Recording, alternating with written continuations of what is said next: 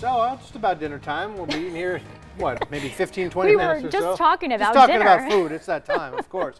All right, but more importantly, Angelique, we got to talk about the Monsoon Master. This is a very popular contest that we have. So what you need to do is go on to KVOA.com, enter that deadline before 9:15. Put the amount of rain you think we get between, well, when the monsoon starts, of course, which is in June, through September 30th.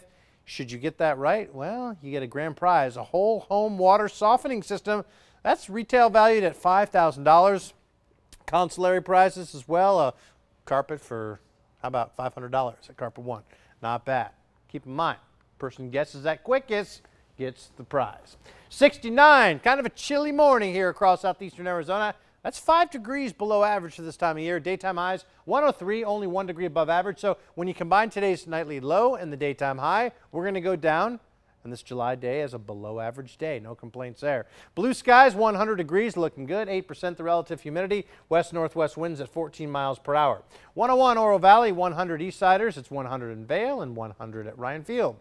Lower 90s Sonoyta, lower 90s Bisbee, Douglas, Benson, all looking about the same. Here's the plan for the rest of tonight. Looks like we've finally crushed those triple digits as soon as that sun sets into the 90s, into the 80s by about 8 o'clock, and upper 70s early tomorrow morning. Sunset forecast, hey, it's going to be a spectacular one, especially southeast of Tucson where we have more in the way of clouds. Right here in Tucson, I think good, and west of town, okay. It's always a good sunset, though, as you make your way into the Sonoran Desert.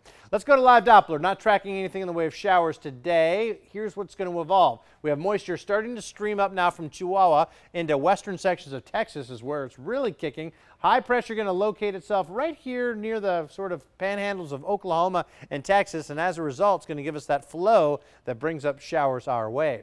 Most of the northwest dry, most of the intermountain west dry, with the exception of what I told you about in western New Mexico, and much of the east coast is looking dry. In between, we're seeing a couple of showers as well. No doubt about it, summertime. New York City, 83, 90 in D.C., 79 in Chicago. It's chilly up in the Pacific Northwest, upper 60s for Portland and Seattle. And your monsoon prediction index for the city of Tucson tomorrow, 0, and 0 for Safford, 0 all of southeastern Arizona. We're going to crank that up, though, here in the next several days. Here's your forecast then for tonight. 70s for lows. Hot tomorrow, but not too hot. Low 100s for daytime highs, not bad. Upper 80s, Bisbee. Lower 90s, Tombstone.